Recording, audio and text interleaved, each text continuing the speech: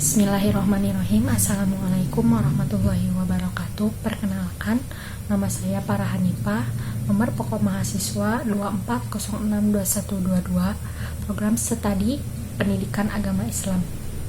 Di sini saya akan memenuhi tugas mata kuliah ilmu pendidikan Islam.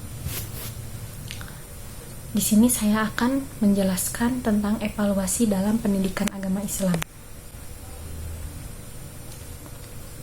Pengertian evaluasi.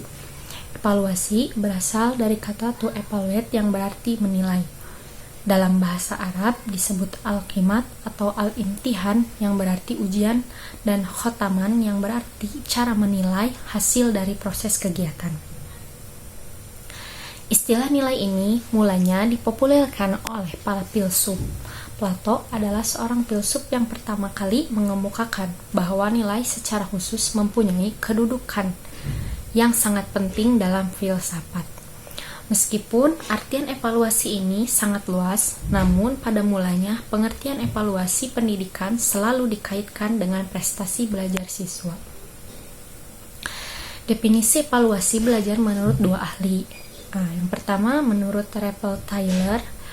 Menurutnya, evaluasi merupakan sebuah proses pengumpulan data untuk menentukan sejauh mana, bagaimana tujuan pendidikan sudah tercapai, dan jika belum, bagaimana dan apa sebabnya.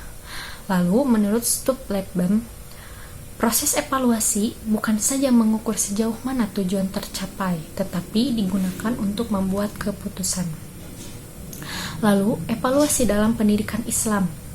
Di sini, evaluasi dilakukan dalam rangka mengetahui keberhasilan dan tingkat kelemahan suatu proses pendidikan Islam.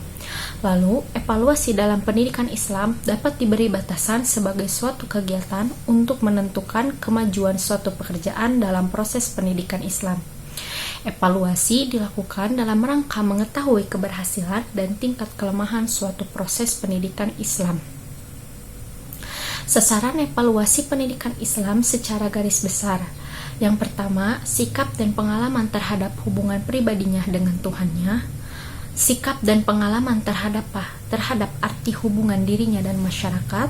Lalu, sikap dan pengalaman terhadap arti hubungan kehidupannya dengan alam sekitarnya. Yang terakhir, sikap dan pandangan terhadap dirinya sendiri selaku hamba Allah, anggota masyarakat, serta khalifah Allah. Tujuan evaluasi Islam yang pertama, mengetahui kadar pemahaman peserta didik terhadap materi pelajaran, melatih keberanian dan mengajak peserta didik untuk mengingat kembali materi yang telah diberikan dan mengetahui tingkat perubahan perilakunya. Lalu yang kedua, mengetahui siapa di antara peserta didik yang cerdas dan yang lemah, sehingga yang lemah diberi perhatian khusus agar ia dapat mengejar kekurangannya. Yang ketiga, mengumpulkan informasi yang dapat dipergunakan sebagai dasar untuk mengadakan pengecekan yang sistematis terhadap hasil pendidikan yang telah dicapai untuk kemudian dibandingkan dengan tujuan yang telah ditetapkan sebelumnya. Kegunaan evaluasi pendidikan Islam ada 4 kegunaan. Yang pertama, dari segi pendidik, yaitu untuk membantu seorang pendidik mengetahui sejauh mana hasil yang dicapai dalam pelaksanaan tugasnya. Lalu yang kedua, dari segi peserta didik, yaitu membantu peserta didik untuk dapat mengubah atau mengembangkan tingkah lakunya secara sadar ke arah yang lebih baik.